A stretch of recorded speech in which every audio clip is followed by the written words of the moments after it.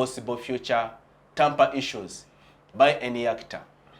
Well, 2 decades on, you could debate, dispute, or even all together round the dismiss that promise. On today's edition of Focus on Parliament, we discuss the general state of constitutionalism in East Africa with a specific emphasis on Uganda by appraising the misses, the gains, and the losses on this journey so far. I am now joined by a panel of eminent personalities who I now have the pleasure and the honor to introduce to you, our dear viewers. Let me start with Charity Ahimbisiwe, who is being lost, but we're glad that you're now back. The Executive Director for the Electoral Institute for Democracy and Governance. You're most welcome to the program, Charity. Thank you very much, Isaac, and a very good morning to all our viewers, and a good morning to my fellow panelists. I'm happy to be back here. Thank you for joining us, Charity. Next to Charity is Professor, who is quite a regular on the program, Professor Mwambusa Ndebesa, a renowned academic and political commentator. Professor, you're most welcome to the program. Say hello to the viewers. Thank you, and good morning to the viewers and listeners out there. And I'm glad to be here to share with you views about nation building in Uganda. Thank you, Prof, for joining us. And of course, last but not least is the Honorable Proscovia Salam Musumba. Honorable, you're most welcome to the program. Yes, thank you very much. And I'm glad to see you, Prof.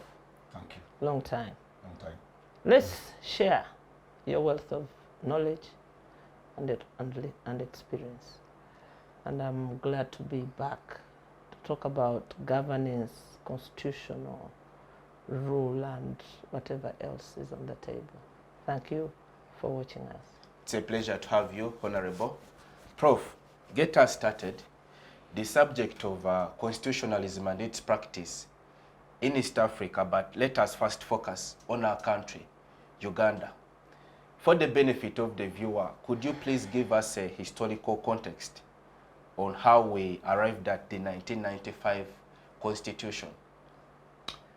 Thank you, and quickly let me first correct a general perception or belief or a wrong historical fact about the history of Uganda. It has been commonly said in the public, and I want to take this opportunity to correct it.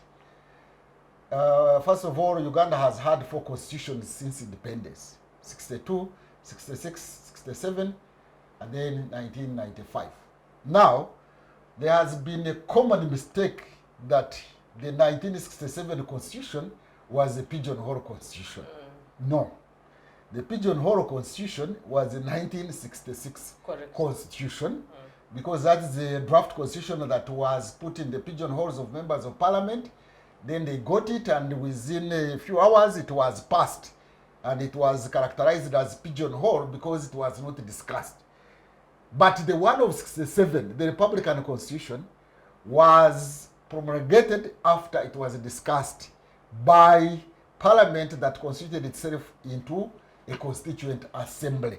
But people normally call that one, 67, the pigeonhole. So after correcting that, let me now give a historical context and the overview of a constitution and constitutionalism. Constitutionalism is about the beliefs, the values, the norms that people imbibe, that they have in their minds and in their values, and seek to practice them. It is not just because you have got a written constitution in soft form or hard form or whatever, that then that is constitutionalism. No, the constitutionalism must be an internalized issue. And the constitutionalism and the constitutionalism is determined by historical experiences. If you don't pass through certain historical experiences, your constitutionalism may just be out of context and might just be more said than done. I will just, if you don't mind, give some historical experience of UK even if it doesn't have actually written constitution, but they have constitutionalism in their political system. It started way back, I think about 800 years ago, 1215 or thereabout, when the people of UK, especially those in parliament, in their parliament, rebelled against their king. I think it was King John or somebody like that. And they had a charter called the Magna Charta. The Magna Charta. A charter about freedoms and liberties. And they continued in the struggle. Of course, they didn't get those liberties until later on in 16 something, when they had the Glorious Revolution. In the Glorious Revolution, which was peaceful, Parliament actually had been dominated by the executive, by the king, by the monarch. And I think that was Charles I. The Parliament had organized an army under Cromwell. And they removed the king. Actually, for 11 years, UK was a republic until they brought his son somebody later into the throne. But under their terms, that is the terms of parliament, that the king would now have to be a constitutional king who would listen to the views of the people. Later on in the 1880s, 1883 or something like that, UK had the Chartist movement, a movement that was led by the workers, asking for more liberties and freedoms and rights of parliament and rights and checks and balances. So that I give you that history, that when you say UK, the UK constitution, even when not written down, it is written in their hearts. The unwritten constitutions are called norms. So today we have constitutionalism, or a constitution in Africa and post-colonial states, which is supposed to be following certain doctrines and principles. For example, checks and balances, to limit the powers of the executive. You know, the executive is powerful. Some analysts, political analysts, say that a state is a necessary evil. What they mean there is that a state has coercive machinery, and the citizens sometimes just give up their rights to the state in order to avoid anarchy. So it is a necessary evil in the sense that it has evil elements, but it is necessary at the same time. And therefore, a constitution brings out certain doctrines and principles to make sure that this evil aspect of the state are limited. You limit those powers of the state, otherwise, which can be abused and which are normally abused, because human beings by nature can have those elements of abusing their power. And so you have doctrines and principles like checks and balances, the rule of law, the separation of powers, the observance of human rights, and things like that in the constitution, showing the powers of the state and obligations of the citizens. And once they are written, in quotes, in the hearts of the people as norms, then it is easy to practice them. Unfortunately, we have not had that internalization of the norms of democracy and constitutionalism and those doctrines and principles written in our hearts. They are always being abused. In the case of Uganda now, the Uganda we are talking about, imagine we are only 60, how many years independent? 62. But we have had 4 constitutions already. And this last one, we have the 1995 even, has been amended so many times. Maybe more than 100 articles and clauses have been removed or changed to the extent that it has now lost its original face. And that can't be constitutionalism, because the constitution is supposed to have the test of time, live the test of time. So, since independence, or before independence, I hear some people have written about books like Professor Kanyam about constitutional developments in Uganda, or history of Uganda, but at times I think it is overgrossing over issues and narrating stories about certain changes that the British brought about, that the post-colonial states brought about in terms of governance, changing this and that, not looking at the struggles of the people. The struggles and lived experiences in history that would imbibe these norms of limiting of powers, of sharing of powers, of cooperation between the different states, different arms of government, and the population, so that we have an organized society where there is no absolutism, which those English people fought from the year 2015 through the year 48, through 1880s, fighting to have the limitation of those in the executive, and also showing the obligations of those citizens, so that you run a state where there is cooperation, not always contestation of powers and abuse of the powers. So the history of Uganda is a history that has not had real struggles in the field to imbibe these constitutional doctrines in the hearts of the people. And sometimes we blame the government, the state, for the weaknesses that we see in our constitutional development, and we forget that also, for lack of a better word, I could say the citizens or the voter bases. The citizens also, we have allowed those in power to abuse their power. We normally jump around and, of course, through sectarianism, when an issue comes up like this corruption came, and the people were going to parliament to petition, most of us were laid back. We left some youth to be arrested. When recently there was the challenge of the coffee, everybody was crying around. A few members from KCC tried to go and petition parliament, and we kept back. The Chites thing happened. Some people wanted to complain. We laid back. So I am saying that we need to have this constitutionalism experienced through struggles of the citizens, to at least let those in power not abuse their power and respect the provisions of the Constitution, so that we don't have a document out there that can be changed even now and then. I think that is the summary I could give of the challenges of constitutionalism in Uganda. Thank you, Professor, for that background. I'll return to you much later. Honorable. Yes. You were a member of the Constituent Assembly. No, I Are you wasn't. sure? I wasn't. I don't think so. Oh, I wasn't. I was a member of the Sixth Parliament. of the 6th.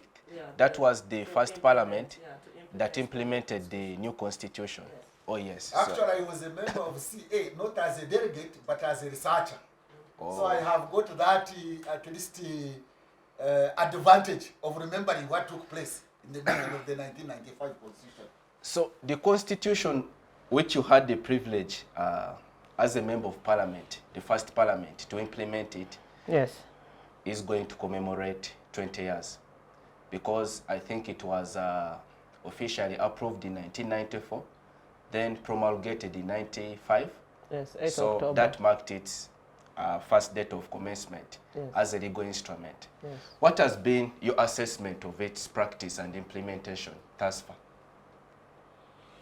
I think we need to remind ourselves that we made a promise, a solemn promise to ourselves through that constitution, that never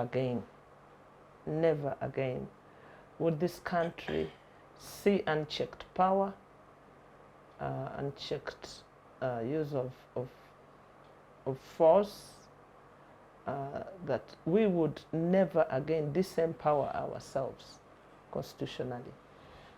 And as Professor says, we, the citizens of Uganda, have allowed that to happen again.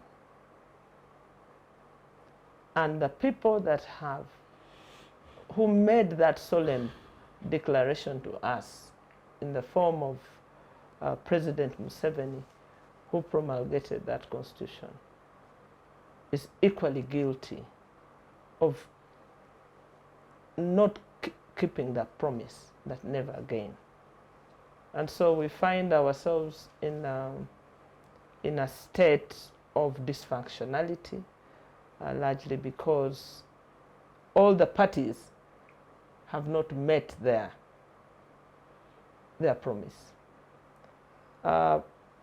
for me who counts myself as privileged to have been in that parliament that had the first go at it, I do believe that we started well. We started well, and we lost the plot along the way, and we continue to do so. We have degenerated to a point where you even wonder what a constitution is and what it's supposed to do. And we need you, Professor, to keep reminding us that we must live the constitution. That the constitution should not be just an episode. It's now like an episode that happens once in a while, and we keep referring to it as our safeguard, and it is not. It should be a living document. Yes, it should be. Even to call it a living document is not to touch the heart of it. Is that we should experience it in our daily lives as a code of conduct, as a code of ethics, a code of values and norms and practices. It's part of the culture that we live with every day. And why has it failed to be part of our culture? Because all our societies that the Constitution is said to represent, we the Basoga, we the Baganda, we the Bachiga, we now the Ugandans, the collective called Ugandans, we all believe in the same things. Our values, our traditions believe in fairness.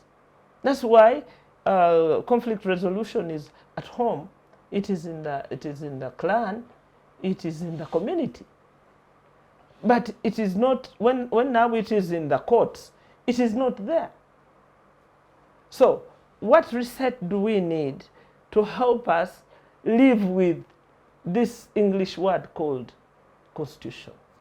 I think it's the Englishness of it that has failed to be internalized within our daily life experience.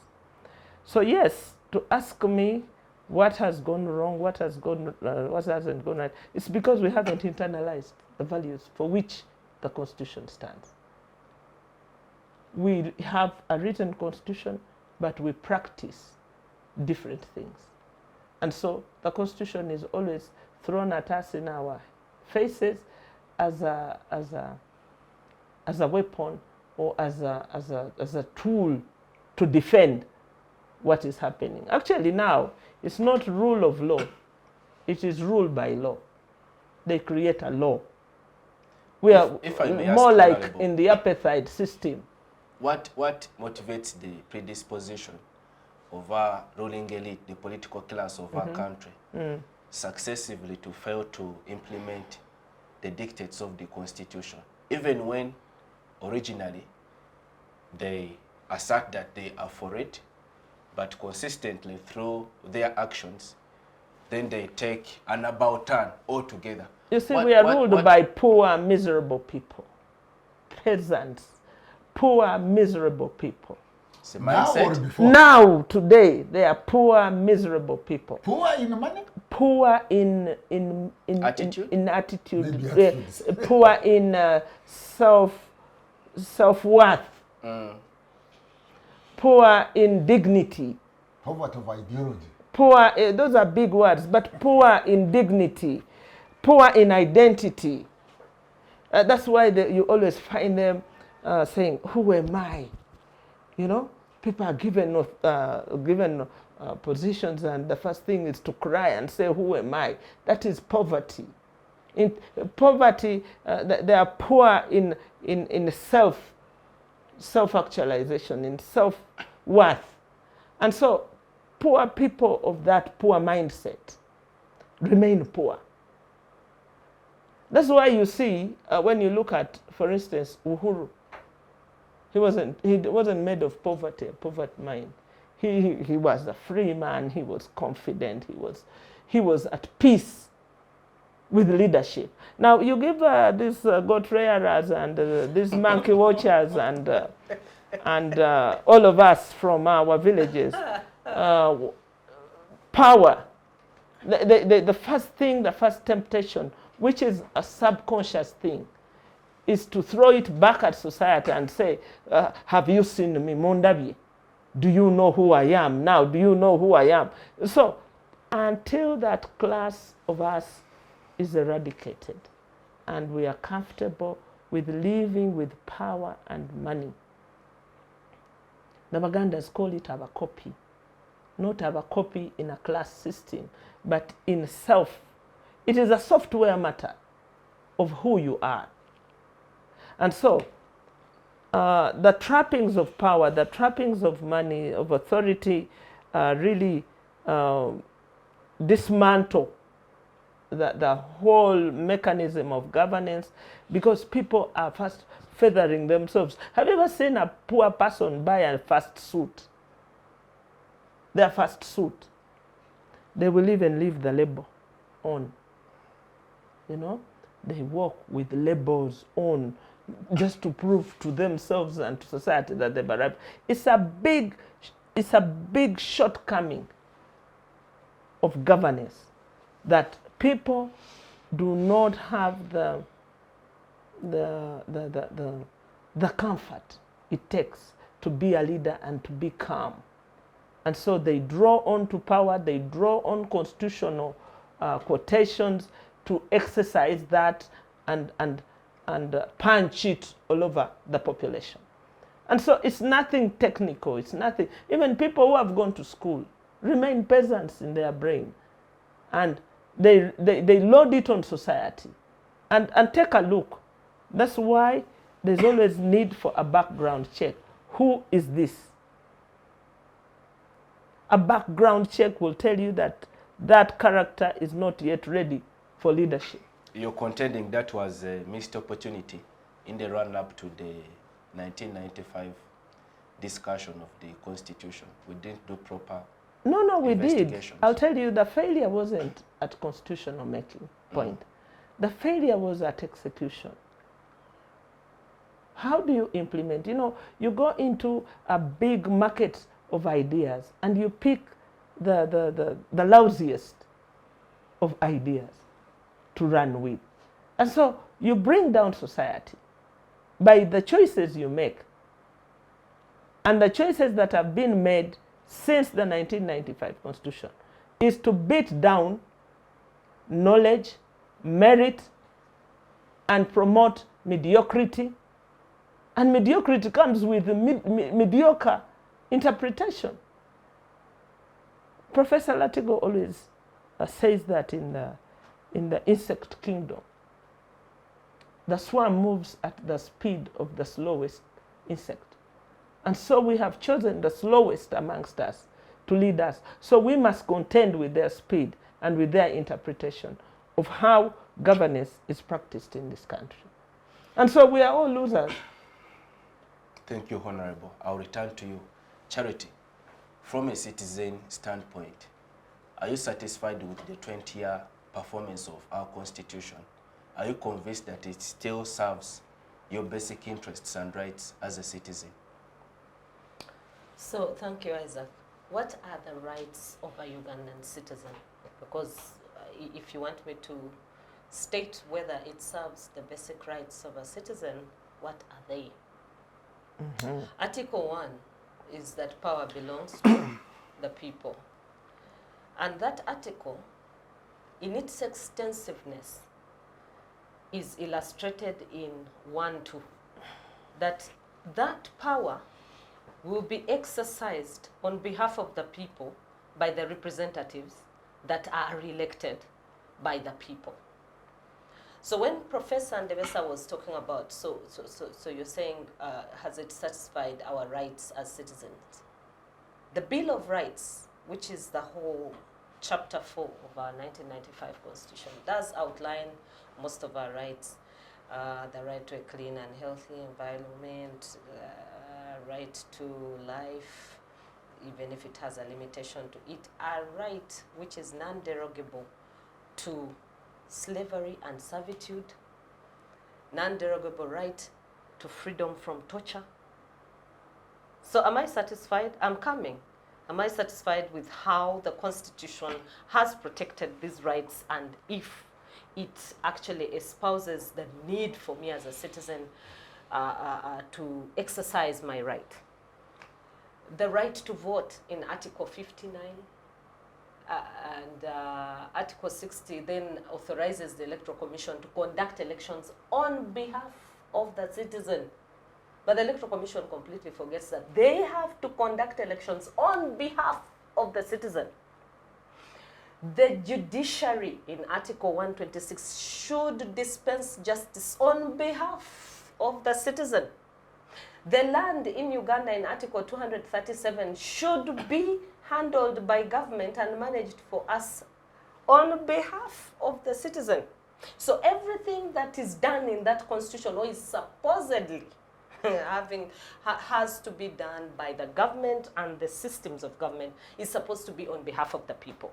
Have we seen that the state has worked on behalf of the citizens? And so can we then say the citizens are satisfied? No, the state has not worked in the interest of just the citizens. The state has worked in its own interests. But it's not only a problem that is unique to Uganda. If you look at the historical perspective of how the American Constitution was created, you will see that there was the American War of Independence. And the American War of Independence was precipitated by a lot of writings that had come at the time of Europe. Europe was also going through a lot of revolutions. We had Napoleon Bonaparte and his revolution. We had the revolution in the Ottoman Empire. All these things were happening because what had happened in Europe is that the king was the law, he was the judiciary, he was the executive, and he was the legislature. So the king was everything.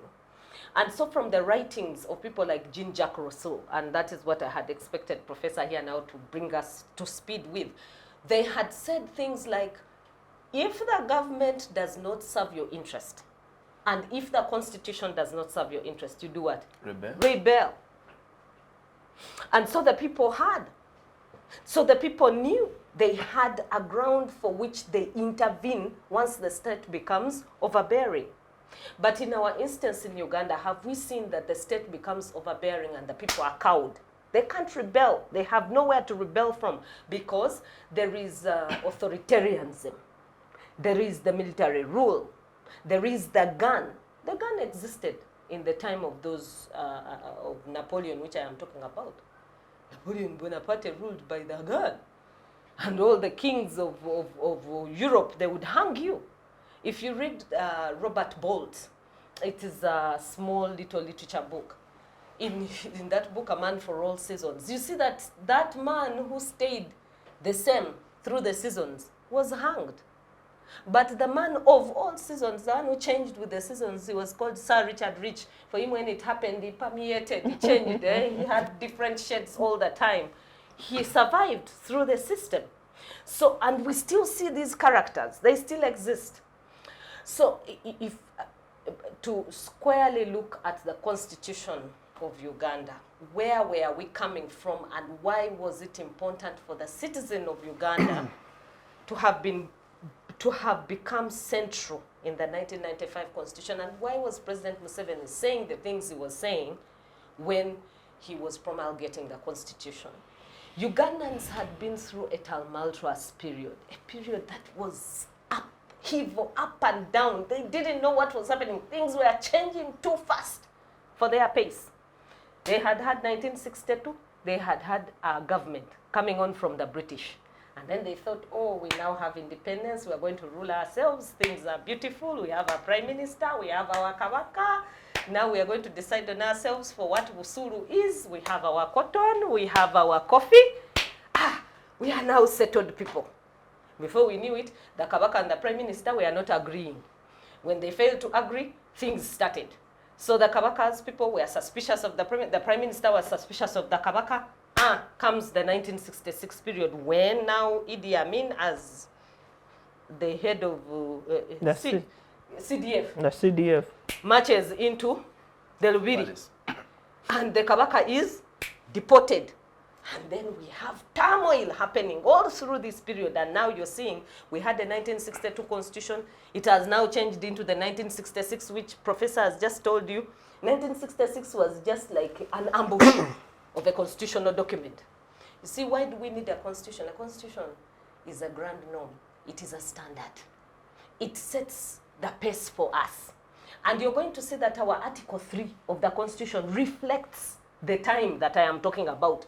This period of confusion and struggle, Article 3 now captures it comfortably to state, look, if the Ugandan people have a suspicion that there is a state or anyone or any group of people who want to abrogate or even to confiscate this 1995 Constitution and take over, they should resist that person.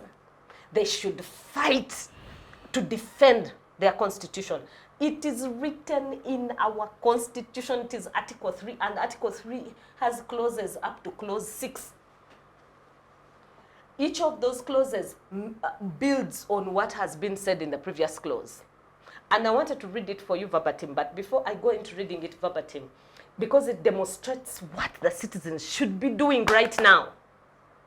But they can't. Why? They have lost hope. They have been broken by the gun. They have been broken by those in governance. They have been broken by those they trusted with power. Those they entrusted with power have continued to enjoy themselves. They have continued to live lavishly at the expense of the poor citizen. Who cares? Can you live there in your poverty? Can you continue to produce for us and we continue to grow bigger with our bigger stomachs? This is what is happening. And so the citizens look on hopelessly. But is that what we see happening in Tanzania, in Kenya? No. The citizens are saying, no, for us we are still in charge of our own system. So that is what we talk about when we talk about constitutionalism. Do the citizens understand this constitutional document? Do the citizens understand why the constitution was even created for them? Do the citizens know their rights in that constitution? That constitution was supposed to be interpreted for Ugandan citizens to understand it in their local languages. For the last 20 years, it has never been interpreted. Am I satisfied? In all local languages? Not officially. There is still that in debate. all local languages? I even had the Runyankore Ruchiga. You could have the Runyankore Ruchiga. I'm saying, is it there in Luwere? Is it there in Japadola? Is it there in Acholi? I think, Professor, I'm saying it is supposed the quotation to be interpreted is as an official government policy. There was a Uganda version, a Nyachitara version, a Luo version, and Iteso version. So is Iteso Musoga? Is Iteso Mugwere? Is Iteso Mugisu? The constitution did recognize that we have different tribes in Uganda. And so the constitution was supposed to be understood like we understand the Bible. That we have it ordinarily in our daily living. I think you heard Honorable Salam Musumba alluding to it. It hasn't happened this 20 years. The people who know English, have they internalized the constitution? I can say that a good number of our elites, a good number of I'll come in when you ask me the same question. A good number of our elites have begun to appreciate the Constitution. Members of Parliament. And they have begun to appreciate what is written in the Constitution. Mm-hmm. We may not or what they suppose to be written.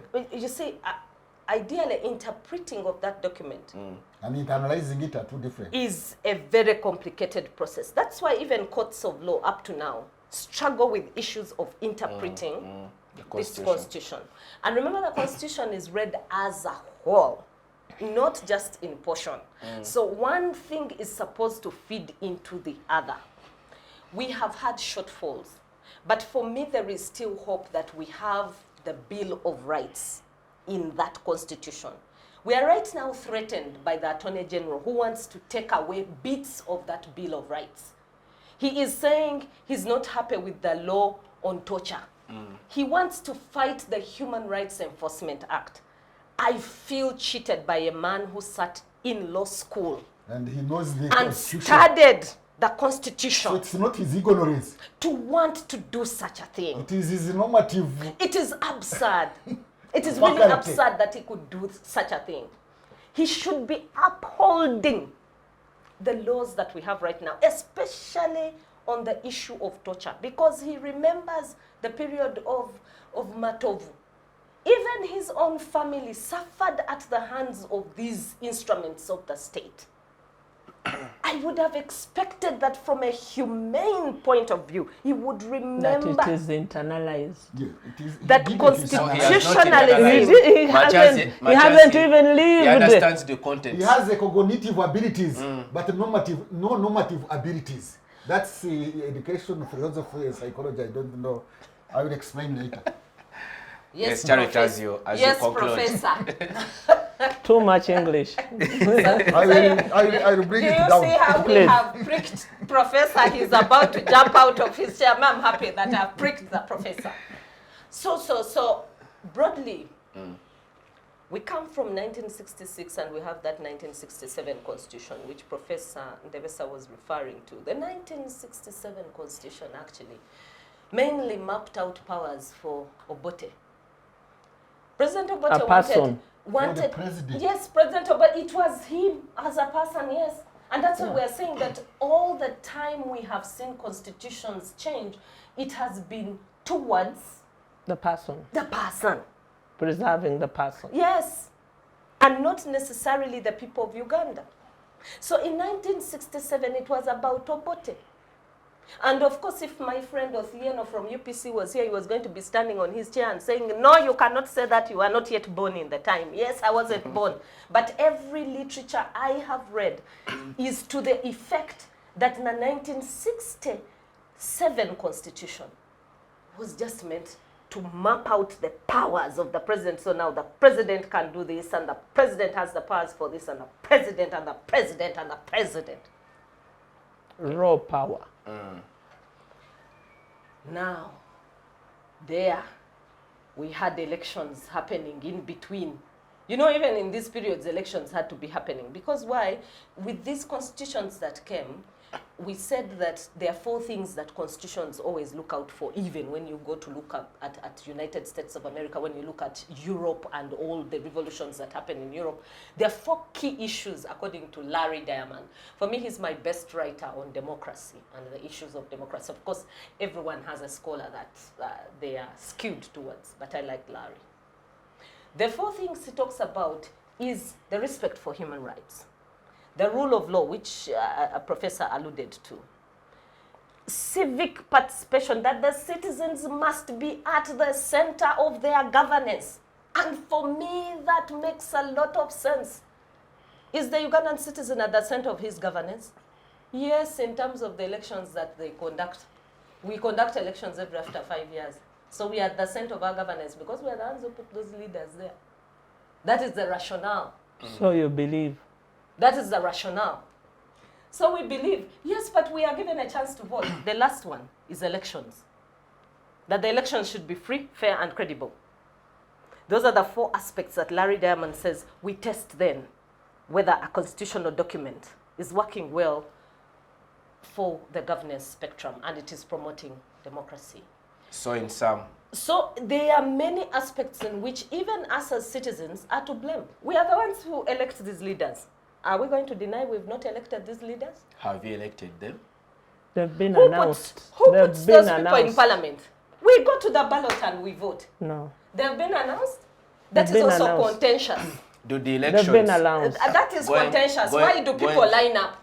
Going Why do by we have the- going by the pictures of test. people? Why do we have pictures of people on polling stations? At least if the ballots were arriving inside there without any human Going by being the at the test you've polling station. expounded, do The our elections, elections meet elections that test? may have issues, and the elections world over all have issues.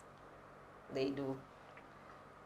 But it does not take away the fact, maybe the normative he's talking about, Professor is talking about, the fact that citizens have not understood even the power they have in that one vote.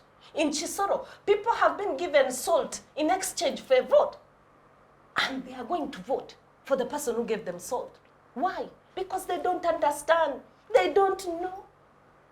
that power belongs to them, and that power they are devolving to that one person who has given them salt will determine what happens to them.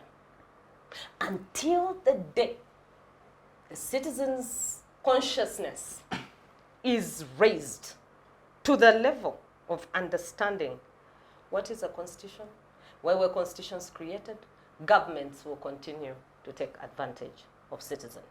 Thank you, Charity, for your perspective. Professor, now, our constitution of 2 decades has undergone several revisions, some of them severely fundamental. For example, the one that lifted the term limits, then most recently, the one that also scrapped the age limit. So the question I want to ask is, in a basic governance sense, do we still even have a constitution? Can we still recognize and, fly that instrument as a constitution for our country? Does it still make any sense from a governance perspective?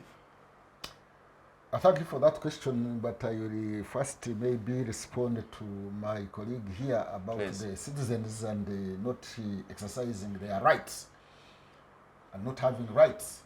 And then I will come to that one. First of all, I don't think that we have citizens. Hey. No. There are no citizens in Uganda. There are none. They are subjects. For you, Correct. what are you? They are subjects. Correct. There is a difference between a citizen and a subject. Correct.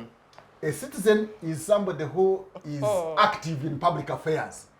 A citizen is somebody who seeks to participate in the governance of his community with a view to shaping it to a certain direction. Correct. A citizenship is normatively created. You just cannot promulgate citizenship unless you are talking about the legal citizenship. No, that's not what I'm talking about. I'm not talking about the legal citizenship. I'm talking about participatory citizenship. So we have subjects, not citizens. We have people who are more or less like living when they had kings. They don't believe that they have rights and obligations, and that the person whom they delegate powers to rule them, to lead them, should be subject to their whims, not his whims or her whims. So in that sense, in which I'm talking about, we don't have citizens. So when we don't have citizens, then you cannot have citizen rights. We have not internalized that concept, and normatively in our norms felt that we have the right to participate in the governance of our country. But some of the challenges why the evolution of citizenship has delayed and will continue to delay, by the way, in the whole of Africa, in these post-colonial states, is because we don't have national solidarity. We are lacking in national solidarity. We don't have collective actions or collective viewpoints or collective norms. We are still lacking them. We are still in our communities and our tribes and our regions. I'll give you an illustration to prove this one. Just last week, Honorable Akor, is he Akor? Yes. He misbehaved in parliament and boxed somebody. But when he went to his community in Acholi, he went as a hero and was celebrated. The other day, Honorable Chinyamatama and the Speaker of Parliament, the Right Honorable Anita Mong, they went somewhere in Ryantonde. Was it Ryantonde? Rengo. And they told the population there that it is fitting and okay to steal from the national coffers and come and bring some crumbs to your people. And the people celebrated. People celebrated a statement from national leaders that corruption, stealing from the public funds, is not bad. And they were cheered. The other day you saw some members of parliament being arrested for having abused their power of the iron sheets. But when they were taken to Rizira, people came from Bugisu, including a bishop. She was talking about knowledge. You think a bishop is ignorant? To be appointed a bishop, you must be a graduate. A bishop goes to Rizira also to release, to plead for the release for the pardoning or for the forgetting of abuse of national resources.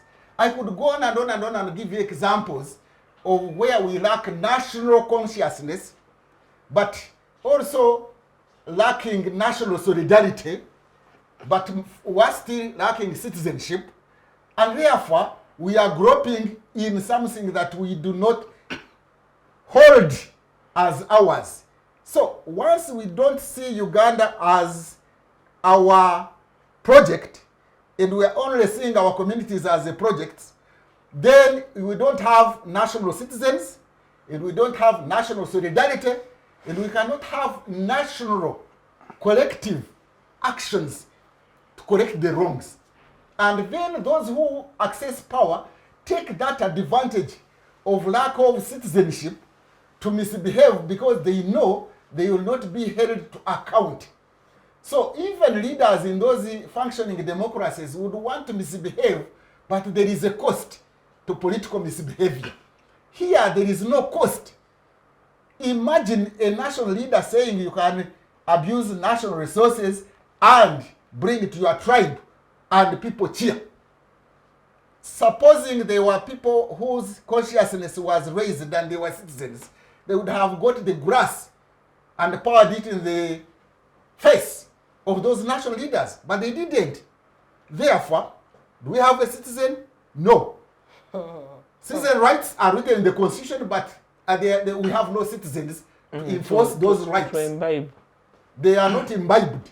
Now, coming back to... But Professor, enforcement of rights is only done by the courts of law or legal frameworks. So you cannot call the citizens to enforce.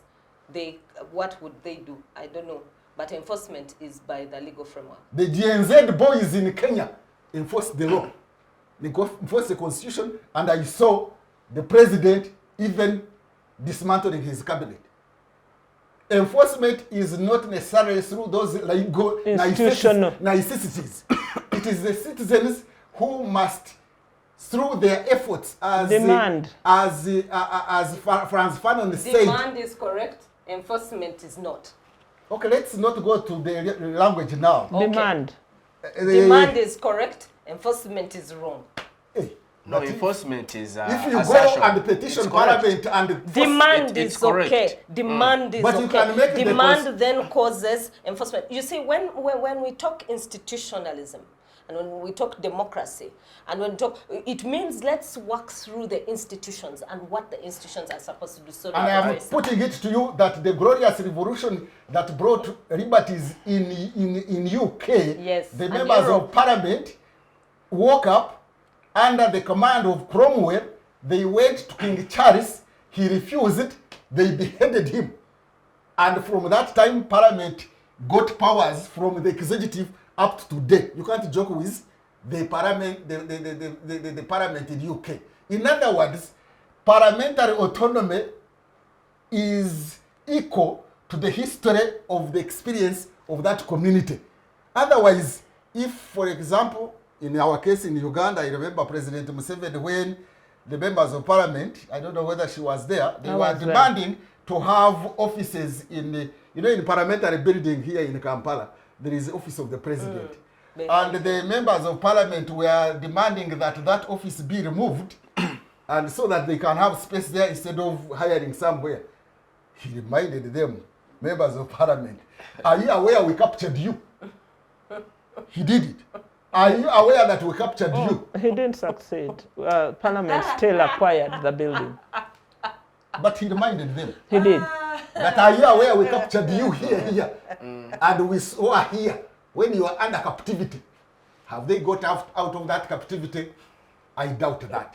So the challenge is that even if people know the Constitution, even if people have masters and PhDs in constitutional rights, yes, in terms and of knowledge cognition, yes, in terms of norms, you will find the very people with a master's in human rights are the ones violating the human rights. Correct. Unless you translate from the head to the heart. The Catholic Church will tell you, they will first take you to Katigondo to teach you philosophy so that you get the mind, the cognition. Then they take you to Gaba to translate from the head to the heart. When you fail, they tell you to get out. So you must translate from the head to the heart. What I mean here is that and the hands and legs. You must translate from mere knowing to the norms that will motivate your actions to behave constitutionally. So that's why these people who are in NGOs, they are promoting constitutionalism. They should continue in their own way, in their own house, in their own boardrooms though. But he has lifted a big cane. I haven't come to you. I haven't finished. But the real constitutional norms will be cultivated in real struggles. In the real struggles, not in abstraction, not in the theories. It is in the real struggles on the ground. You know, Cromwell had to go to the bush, and he came and liberated the parliament in UK. So we have a problem here where we have had parliamentary democracy without citizens. I mean parliamentary democracy in writing, but not in the norms. And therefore, those we entrust with power have the tendency to abuse it. They say power corrupts and abuses. Power corrupts absolutely. So there is a tendency for power to corrupt. So what mitigates the excesses of the power are the citizens who demand their accountability. But here we don't have citizens. But even if we had citizens as people who are interested in active participation in the politics, we don't have national solidarity. Once you start, you look at what happened in Parliament over this coffee thing. I saw people started caucusing in tribes instead of caucusing across tribes, because coffee is a national asset. Why didn't they have coffee caucuses?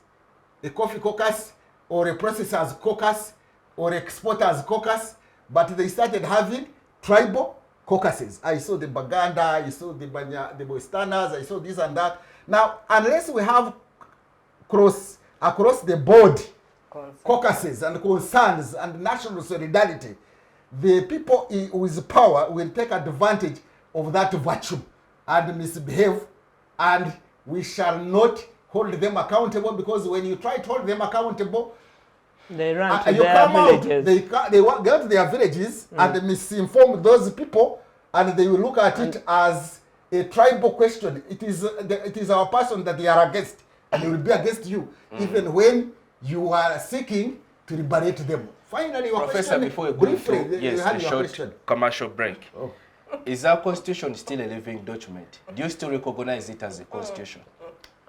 Has it even been a constitution in the hearts of the people? No. Because the constitution is first and foremost written in the hearts of the people. Once it is there, the outward legal niceties will be practiced. That's why UK, in its democracy, has no written constitution. But it doesn't mean it has no constitution. They have a constitution, and when you go out of it, they will bring you to order. So our constitution has not become a living document. All our constitutions, you can imagine, we have had 4 since independence, and with very many amendments. Even the 67 constitution in 1979 was somehow amended, and then in 1986 there was legal notice number 1, which radically altered the 67 constitution. So we have had very many amendments. In America, where it has stood the test of time, you find people referring to the constitution. They will say, amendment number this, amendment number this. They can remember. Today, we no longer remember which amendments have been in this current constitution. So it has not become something written in our hearts. We have no norms of the constitution, and therefore we don't have a document, which in Uganda they call semateka. Some document that is about the major law through which we can refer to, especially when we are determining the relationships and the cooperation and the interaction between the citizens and between the subjects now, the citizens and their rulers. So we have rulers and subjects. We don't have leaders and citizens. Thank you, Professor, for your perspective. Citizens. Focus on Parliament now takes a short break. Do stay with us. Digital rights are those human rights and legal rights that allow individuals to access, use, create, and publish digital media or to access and use computers, other electronic devices, and telecommunication networks. Digital rights include a right to freedom of expression, information and communication through technology, a right to privacy and data protection, a right to credit for personal works, a right to universal and equal digital access, a right to identity, a right to anonymity, a right to be forgotten, and a right for protection of minors, among others. The state's digital rights are frequently violated through various unfair actions, for example, blockage of websites and social networks, theft of credentials, unauthorized use of people's data for personal gain, privacy intrusion, online censorship, arrests and intimidation of online users, internet blockages, and the proliferation of laws and regulations that undermine the potential of technology to drive social, economic, and political development worldwide. It is hence every citizen's responsibility to respect rights of other digital users and to speak out or report to the responsible parties when one's rights are violated. Welcome back. You are watching Focus on Parliament on Civic Space TV. In this segment, we continue the discussion on the principles of constitutionalism with respect to the East African region. Honorable, let me start with you. Yes. In this segment, let us undertake now a comparative interrogation of the practice of constitutionalism in the region. Kenya has made significant inroads in that direction. They promulgated the new constitution in 2010, which highlights fundamental principles of democracy, and they have gone to a large extent to really enforce and implement those principles. What would you like the Ugandan state to copy in terms of the practice of constitutionalism from our Kenyan neighbors? The fighting spirit of the people of Kenya. Because even the constitution you're talking about of 2010 was achieved in Bomas out of a protracted struggle of the masses of the population. And it is still not neat. It's a work in progress, under very high threat, especially when you look at the way they chose to elect the vice president and dispose of the vice president. There are very big distortions there that need to be fixed. You can see that the military there is still maintained in their posts, but even then they have threats. The way they are appointing their heads and the way they are going through all the mechanics of stabilizing the rule by gun. But they are not safe because they get tutorials from Uganda. And you will speak to an average Kenyan. I met one in Rome, and they said, listen, Uganda, keep out of our politics. And it was a priest said, Uganda, keep out of our politics. They can feel the threat, they can feel the infection, they can feel the subversions that are coming, they can feel the emasculations that are coming, and the loss of citizenry in amongst themselves. So Kenya, much as you might think is better than us, I think we are better than them, only that they are more active, they are more conscious, and they're more in the fighting spirit. I think it comes from the Mau Mau, because they fought for their independence. We didn't fight for it, we acquired it. And so there's so much history about fighting within the communities and fighting for what is yours. When you look at the midnight taking of oath by the president, Mwai Kibaki, there's nothing about a good practice there. A constitution can be hijacked, it can be subverted, it can be infected. And so the practice looking at the Gen Zs, I keep asking, where did they disappear to? Were they just an incident? Because I don't see, they collapsed on the first success, maintaining and upholding the momentum of citizenship engagement is still lacking. And you know, corruption is so strong that it decapitated the whole Gen Z thing. The guys, the big ones, walked in with bags of money, and the Gen Zs were not fortified against them. You see? And so they turn out not to be a good example. No. And it's sad. It's very sad because it was nipped in the bud. The young people, you are not resilient enough to stand the test of time. When you look at the Arab Spring, Arab what? What was it? Spring, yeah, the Arab Spring. Why did it collapse? I mean, you need to do a lot of research and soul searching about what happened. The military and the money are so strong that they do not give way to civic action, collective civic action. Look at Tanzania. Tanzania just got a man killed of Chadema. Yeah, he did. They did. They killed him. They killed him. The leader. Yeah, he was one of the One leaders. of the leaders. Of the party. An official of the party. This one who had Mbowe, not Mbowe. Not Mbowe. No, no. There was another strong leader in the party who was killed. And you can compare with the killing of the Electoral Commission IT man. Yes. In Kenya. And all the killings that follow that are never investigated, that never get closure. And so you look at Tanzania, it is not safe. For me, my region, East African community, stops there. These new arrivals, they don't make sense to me. Burundi, Rwanda. They don't make sense to me. And so I don't want to waste my energy because the history is not shared.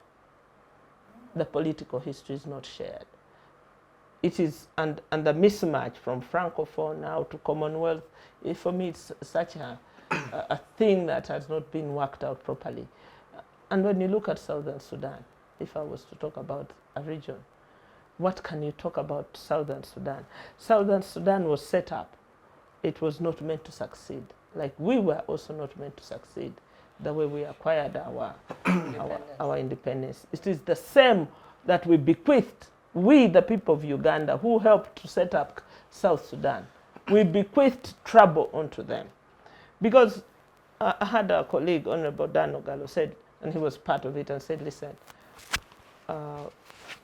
it's inbuilt trouble in the Constitution because South Sudan should have been a federal state. And every effort was made to stop it to be a federal state. And so the inbuilt mechanisms to have it implode happened. So constitutionalism is still but doesn't that point, that analysis, doesn't it point to an element of self-sabotage?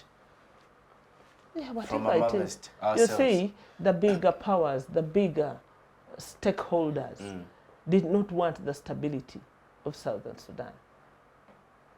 Because if Southern Sudan is stable, where will Uganda eat from?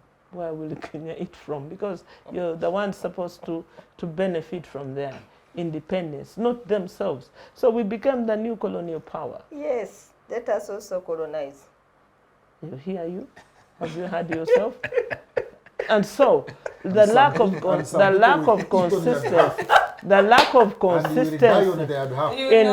in thriving. You continue in poverty one way.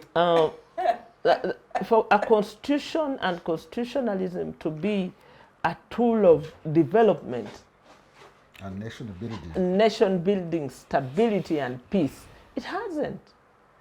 We still have the military on our throats, you know, and the military too is not thriving.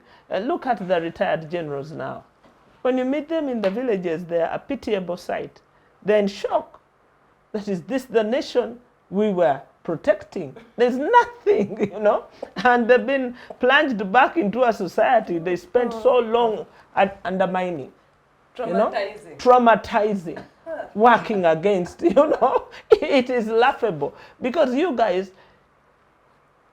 people set up something casual for themselves in the military, casual within the public service, and then they retire in the population.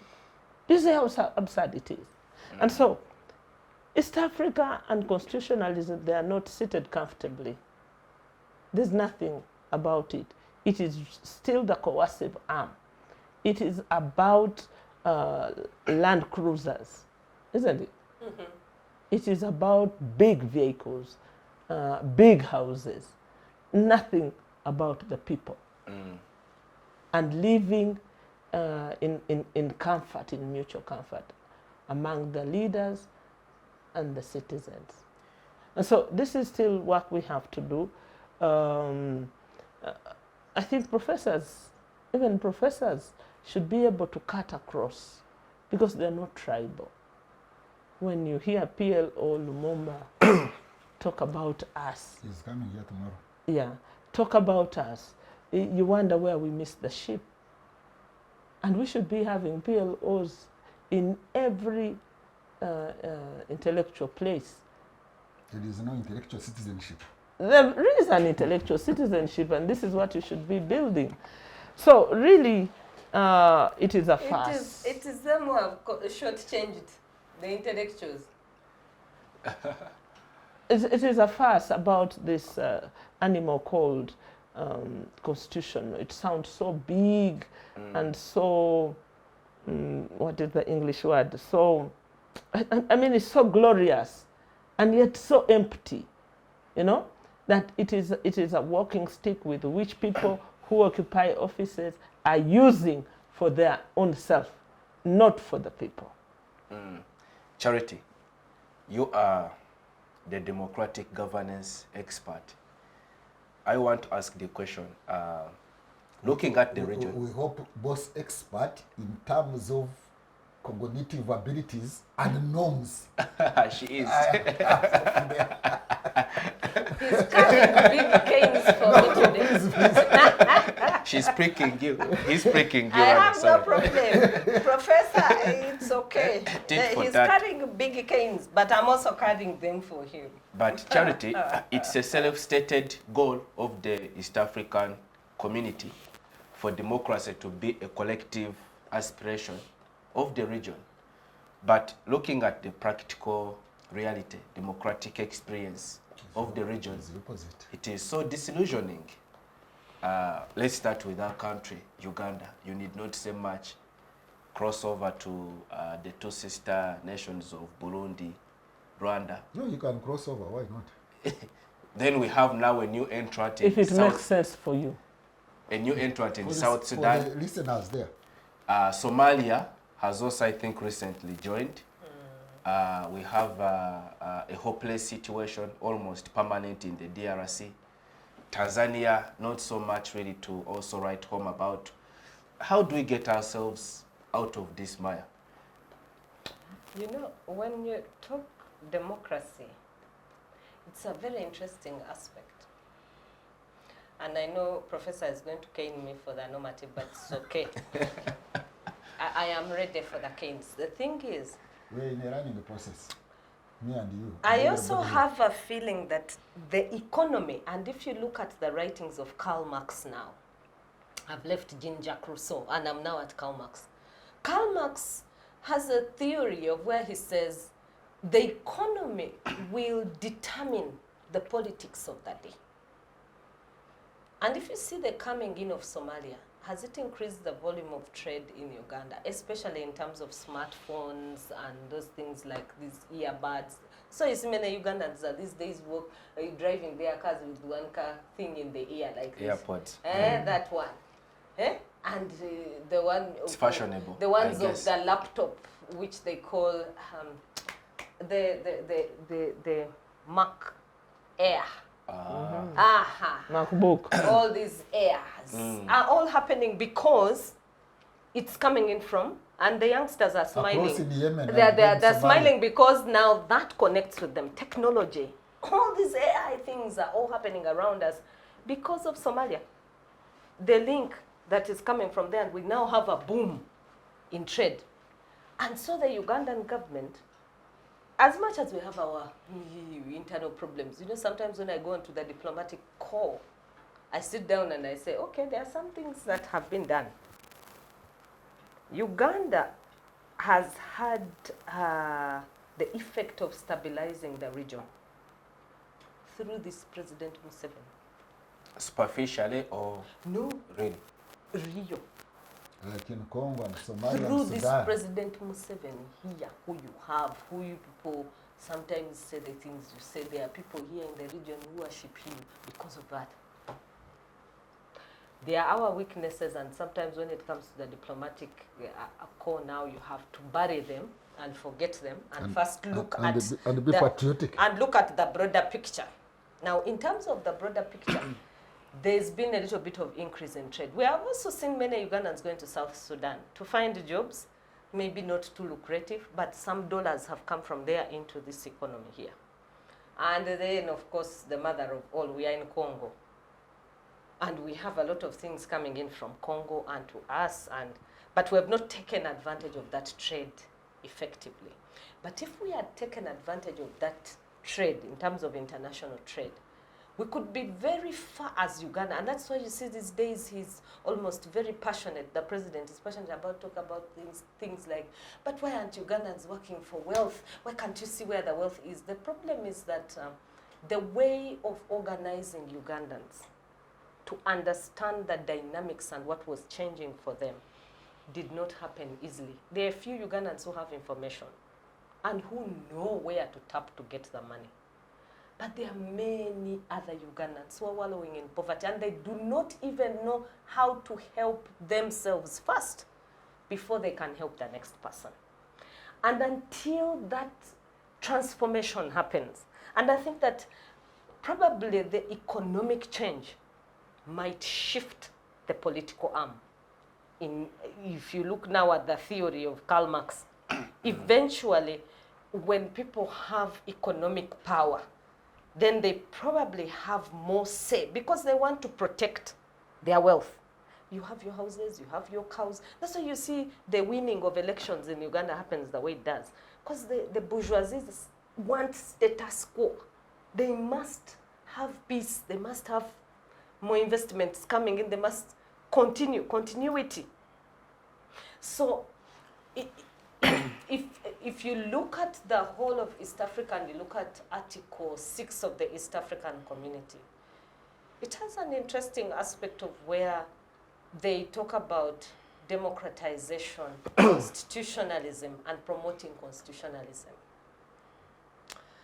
Constitutionalism, like Professor is saying here, is broader than just the constitution, the document.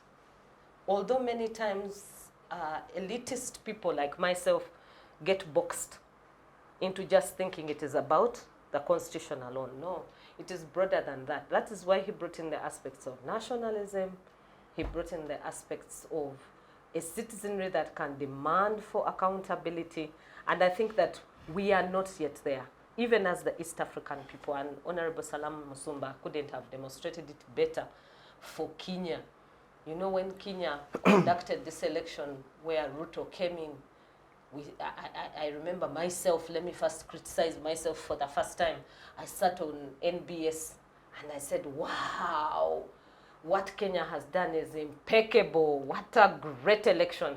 Now, when these things started to happen the way they've happened, and knowing that their constitution had been changed in 2018 to allow for a running mate of a deputy president and an independent president, and then having it thrust in their constitution and being tested now with him being censored, I sat back and I said, so what was I wowing the day I sat on NBS to say this was a great election? What was I praising so much that... Aren't the two independent variables? They are not. If you look at the way Kenya is right now, Uganda is looking like it is It is an angel. I mean the election vis-a-vis the impeachment process. Of course, they could be interrelated politically. It is their constitution, and right now see what Ruto wants to do with the constitution. He's telling you he wants to amend that constitution. He's telling you he wants to allow for more years, for 7 years, that those small 5 years are not good enough. So what was I wowing is what I'm saying, Isaac. When I sat there to say, wow, I was being blind. I did not understand that in the East African region, the question of constitutionalism is still an issue that is a myth. It's still a myth, and maybe it comes from what the Honorable Salam Musumba has said, the one of saying, when the British gave us independence, their underlying agenda was they should not rule themselves. Somehow they should always find themselves entangled in failing to make a headway. I don't know how we're going to help ourselves out, but the more we learn, the more we exchange ideas, we may one time find solution. What we lack are nationalists. If I became, for example, a president or a vice president of Uganda, would I find it easy to say my term is over and I am going home? Would I find it easy when the president appoints me, maybe a prime minister or whatever he has appointed me, to say, when he wakes up and says, you're fired, would I find it easy to say, it's okay, I have gone, let me also manage myself? Because you see, even people who are CEOs for small entities, when they are fired, they come this one, start shouting with the rest of us. Like Honorable Salama said, they now come back to the bulk. They are down. They're back to the citizenry. Then they start shouting with us on the issues we've been shouting. And when there is an opportunity for a job, they are applying for it again because they are trapped. So until we have nationalists, people who know that when I gain power, I'm just there to serve the people for the good of the nation. I don't know whether we have that breed of people or we shall have that. The 6th Parliament had that breed of people. I don't know where they went. I wish they would come back. I wish we would have a parliament which was like that 6th Parliament. I don't know if we are headed for 2026, if we can ever get that 6th Parliament to come back. Maybe it will help us to improve going forward. I don't know. That is in the case of Uganda. But for Kenya, they are now going to go into a turmoil for a very long time. I don't see them coming out of this. They will only come out of it if they go back to 2017. So they are going back in circles, full circle. So 2017 is the time they promulgated that constitution which they are working with. But once they amend that constitution, Ruto amends it, and the citizens decide to fight for their constitution, they will be back to 2007. And for Tanzania, that one, their document, they have not tampered with it. They have their constitution. I think what has helped them most is because they have that collective language called Kiswahili. But the politics in Which Tanzania, Kenya has. But they have English as well. So maybe the English and Kiswahili has confused their heads. I don't know. Tanzania has both too. But Tanzania, they seem very connected at a brotherhood level with the Kiswahili. They actually feel like they are one person. But they are not democratic. They have issues of democracy. Of course, of course. I don't know whether they ever follow their constitution, but at least when Magufuli died, we saw that they didn't plunge. They didn't plunge into a war. They There has been the a document, and Suluhu came to power. I think there has been a sustained struggle by the opposition to have it reformed, albeit it hasn't yielded. But the practice of constitutionalism is quite questionable there. Because you have a dominant, almost until state. it is all well until elections.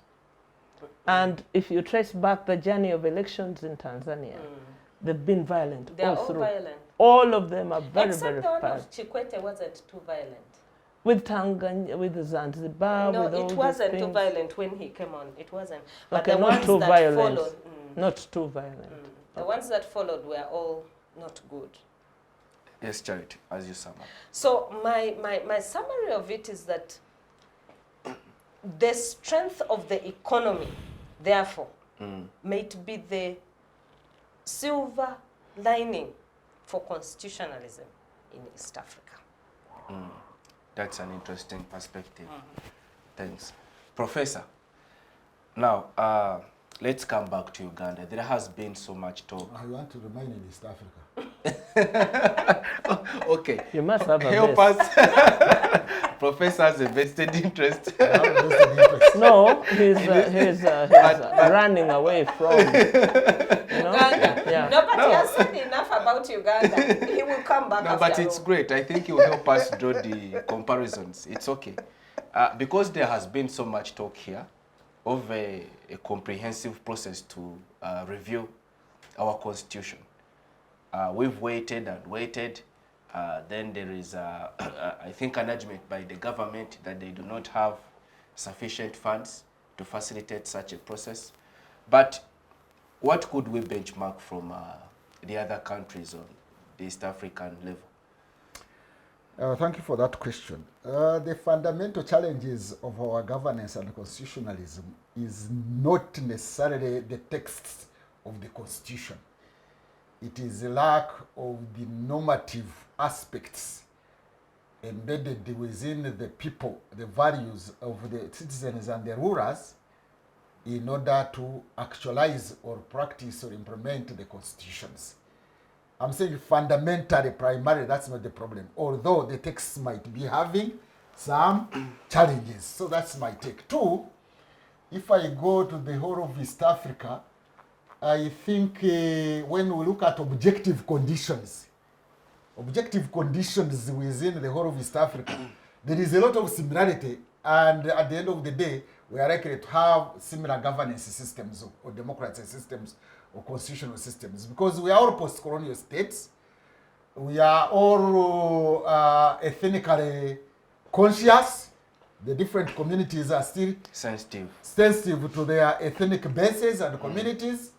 We are all still relatively poor. And in that context, we are likely to have similar politics. However, these politics can be changed, even at East African community level, if our leaders were not selfish. They wanted, because the politics can also change the economy and the other aspects. She was talking about the Marxist philosophy schema about the economic base and the superstructure. But that Marxism has been revised, especially if you read Gramsci, the Italian Marxist, is that even the superstructure can also influence the economic base and the other aspects. When you have a hegemonic power there, it can make the base not also move. I mean, South Africa is rich compared to the rest of us, but you look at the politics going on in South Africa. Even the one of USA today is killing democracy, even if they are the richest in the whole world, because the leadership up there has been tilted towards a certain governance normative structure. But I miss something in East Africa, especially East African community. More than 12 years ago, I think when Chiraso was still the Deputy Secretary General in Arusha, they crafted a governance protocol. They drafted the governance protocol, which contained some elements of constitutionalism, good governance, and all this, and democracy. So that it would be a document that would give guidelines to good governance and democracy in the East African region. But council, most people here in Uganda, when we talk about East African community governance and leadership, they look at Yara as if it is the only organ. There are other organs. Yara is just a parliament. There is a council of ministers, because each member state sends their 2 ministers. Of course, there is a summit, who are supposed to be the executive. And of course, there is the East African Court of Justice, which is supposed to be the judiciary. Now, the East African Secretariat drafted a good governance protocol containing these principles and doctrines of good governance and democracy, that would be a guideline to have a uniform governance system like you have in the European Union. But the Council and the Summit have refused to consider it, have deliberately shelved it. It has been shelved for more than 12 years. Isn't that a contradiction in terms, Professor, because they keep on advocating for political federation as the ultimate aspiration of there is one thing entity. of talking about something and another of practicing it. You see, they want a political federation just to have us in an authoritarian system. You know, some of you may have done European history at A level, even if you may not have continued with it. There was a time in the 19th century when there was an alliance of authoritarian leaders headed by Metternich of Austria. And I think the British called it an unholy alliance. An unholy alliance. An alliance of people Of thugs. seeking Political thugs. to oppress others. So I hope we are not seeking to have an East African federation of people who are authoritarian and want to oppress the others. Because why have they sat on that draft protocol of good governance? Unfortunately, even this period, the members have been meeting here, the Yara meeting people, and people petitioned them. I was watching every day on TV, trade, I don't know this and that, but I didn't see somebody bring out that protocol, the good governance protocol. Because to have a federation or a union or a confederation in East Africa, we must have something that we share in common. What brings communities or people together are those intangible things like sharing certain norms together. So if we would share good governance norms, and whoever goes against those norms would be brought to order by the East African Court of Justice. And that way, I think the good governance protocol would make a contribution. I'm saying making a contribution deliberately, because I'm not saying it is the only panacea to the problem, but it would go a long way to have a shared political direction for the East African community, so that we are not integrating dictators. We are not integrating authoritarianism. We are not having an unholy integration. We have a democratic integration. So, when it comes to the issues of constitutionalism, I think we could even have a protocol on constitutionalism, a constitutional protocol for the whole of East Africa. But even that good governance protocol alone would bring out some of these constitutional issues, and then people are advocating for having even a standing in East African Court of Justice of full-time people, because today it is not full-time, so that we could hold our rulers accountable through the East African Court of Justice, and their rulings would raise our consciousness. If we got a ruling from the East African Court of Justice about some leader in East African community misbehaving either during the elections or in between the elections, then that would go a long way to be used even as a checklist about the good governance in East Africa. Today, we don't have a checklist. Some rulers, dictators, and authoritarians are praising themselves, and we have nothing to do. You cannot intervene in the affairs of another country. But if you have East African Treaty now, the bigger document, and with a protocol to actualize the treaty, saying that no, this is not interference, maybe it is intervention on behalf of the East African Court of Justice, requiring you to practice this kind of constitutional measures. I think we are lacking it. It could go a long way to push us, but I'm saying that's not the only way. The other way is for citizens of East Africa also to wake up and hold their leaders accountable. But unfortunately, we have structural problems, structural weaknesses, or structural setting where the majority of people are still peasants. You see, peasants are scattered. They are scattered, they are not living together, they are not conscious about their rights and citizenship. They are still steeped in their tribal ethnic cocoons, and therefore fighting for a collective solidarity cause for the whole of East Africa, it becomes very hard for somebody in Nyachusaland to think about what is happening in Karamoja and the other way around. Somebody in Congo, Garamba, to feel that something is happening in Uganda, it is very hard.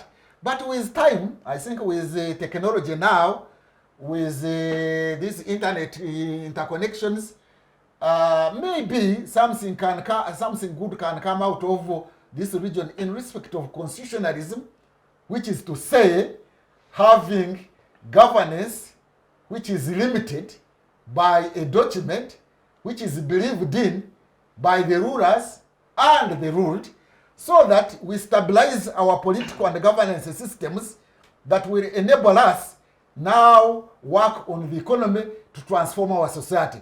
But we are still very weak in governance, and we are even complaining about external interference. Interference from the outside East Africa will be there whether we like it or not. I think it is Mugishamuntu who normally gives that example, that when your body immunity is compromised, then by AIDS in this case, then there are opportunistic diseases that will attack you.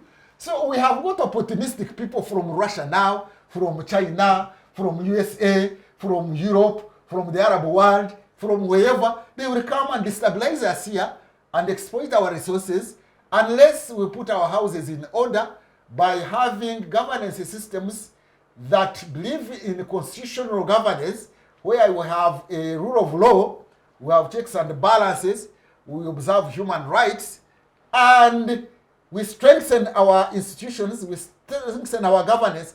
Then these other opportunistic countries will be warded off. But opportunistic countries will come in, like today, we claim to be having an East African community, but you can't easily cross to Rwanda and Burundi or the other way around. The borders are more or less closed. You can't easily go to Congo from Rwanda and the other way around. Our goods sometimes are stopped from going to Kenya or from Tanzania and the other way around. We still have visas required in Sudan, I think, and Congo. So we need to have our houses in order. But how do we do it? One way, I'm saying one way that we can contribute, not the only way, is having an East African good governance constitutional protocol. And these activists can now use that one even to take cases to the East African Court of Justice in Arusha, referring to a protocol provision. And then the Arusha people, the Court of Justice, can make a ruling in their favor. And once that one is done, it can now be used as an advocacy tool to raise consciousness of the citizens about their leaders breaking a constitutional or a protocol provision. Yes. Thank you, Professor, for your perspective. Honorable, your closing remarks on the program respecting the topic. Yes, listening to Professor, I kept wondering the role of SADC, the role of ECOWAS, the role of AU that talk about Pan-Africanism. The institutions before the whole of Africa got independent that worked. AU worked, OAU worked. Somehow, but not effectively. It worked and achieved independence for everybody on the continent. Where did such brains, such mechanisms, such commitment, such passion disappear too?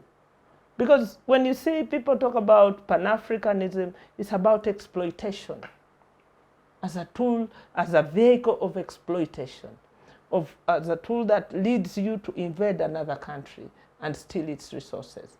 It's called Pan-Africanism. Okay? So we have to rethink, we have to find a new equilibrium where the social, economic, political, and all those variables are working in tandem. And for now, I don't see any sign of that happening soon. I don't see any symptoms of that ever happening soon. And so, with all the external infections and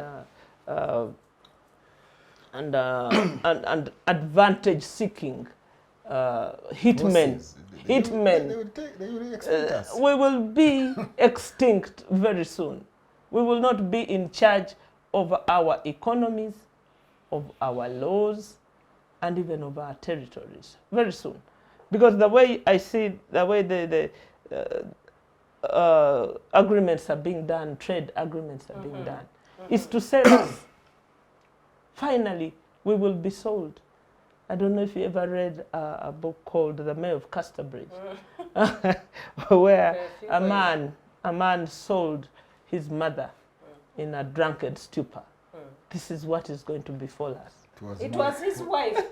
He sold his wife. It was his wife he sold the drunken stupor. Yeah, so in that this existing drunken stupor of unconstitutionalism and use of laws to undermine citizenship, we are going to be sold like the Mayor of Casterbridge. I did it at HSC. I did it. And so it doesn't look good on the horizon because we've let so many loose ends. We've let in all the people who are masters at exploitation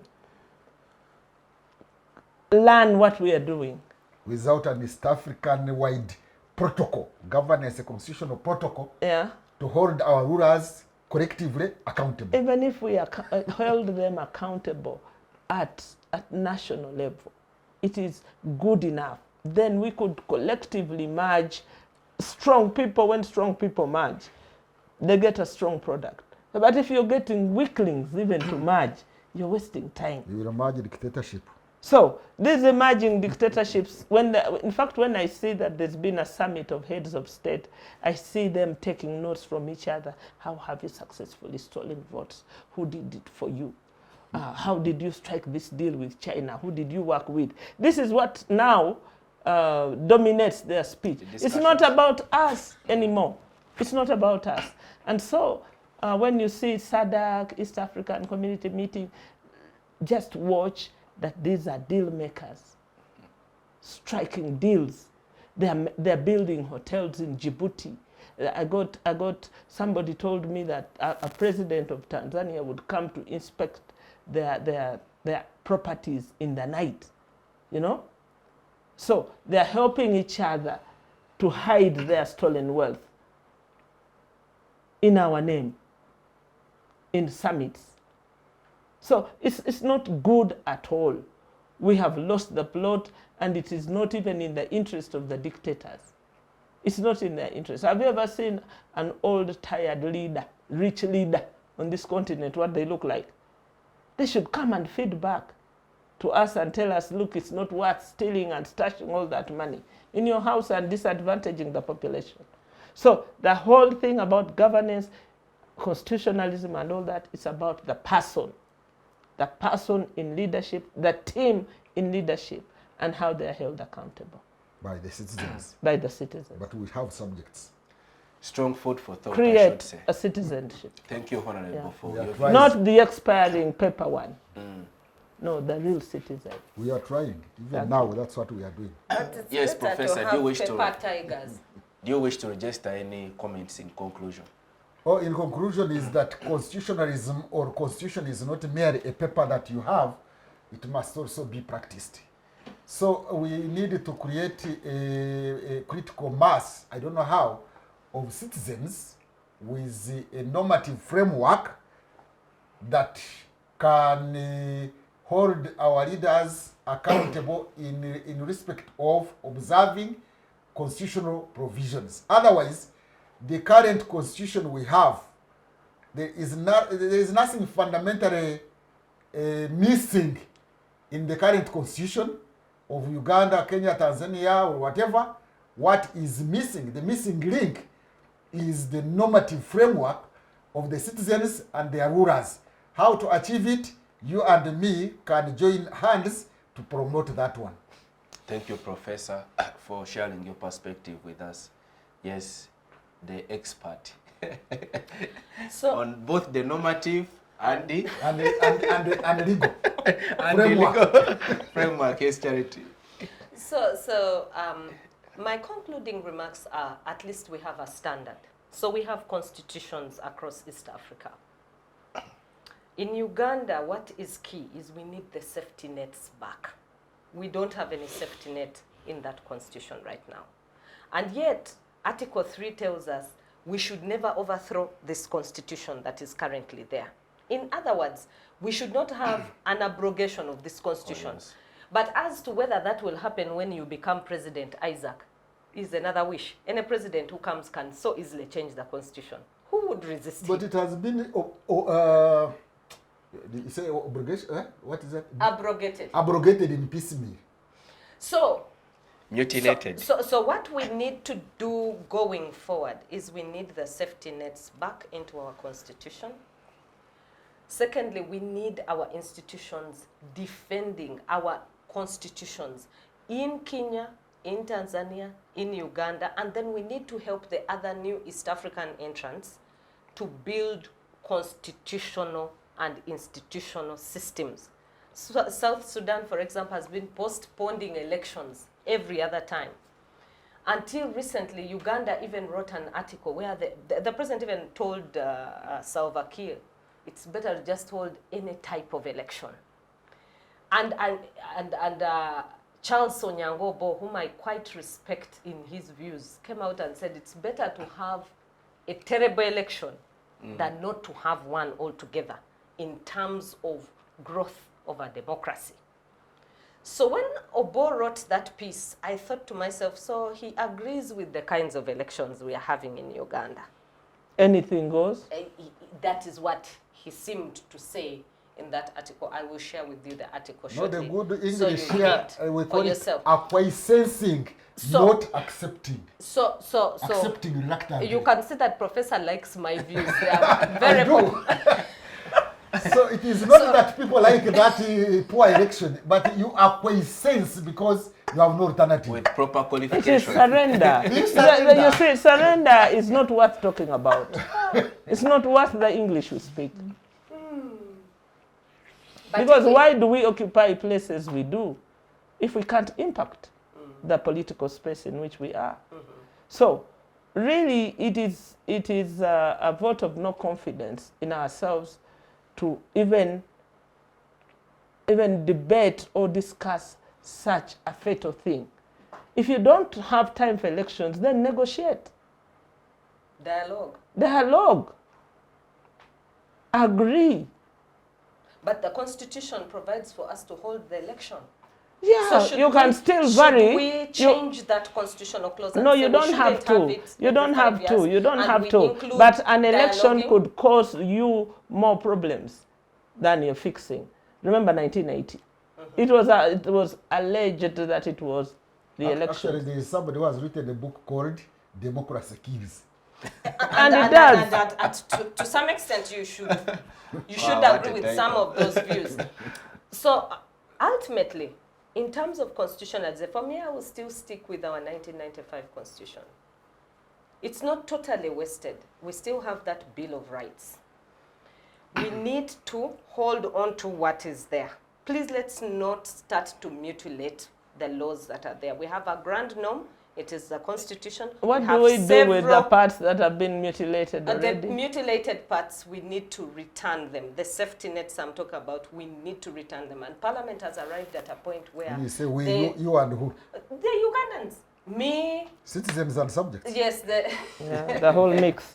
The whole mix. And the rulers. the Ugandans, The whole mix. the rulers, the citizens, And the subjects. state, all of us. Or the objects that breathe We, in this territory, we that need breathe to oxygen. bring back constitutionalism. First, create And citizens. we need to have documents that work for us. Yes, who will create the citizens? You It and is me. still us who have to create ourselves. So I think the other rallying call as we go away is that we need to continually rub knowledge, pass on information to the ordinary citizens to make a connection between their vote, between why they have to demand for accountability from government, other than think about people, oh, those activists, they make too much noise on TV, they don't know what they are doing.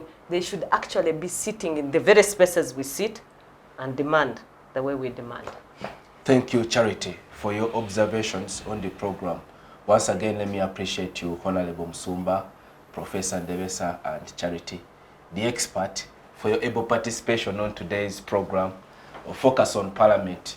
Many thanks to the production unit for keeping us live on air, and of course, a round of appreciation to our viewers for engaging us up from the start of this program up to its conclusion. Please also engage us on our various social media platforms. We are on X, we are on Facebook, and you can subscribe to our YouTube channel where you can also watch this program. We'll see you next time. Be blessed.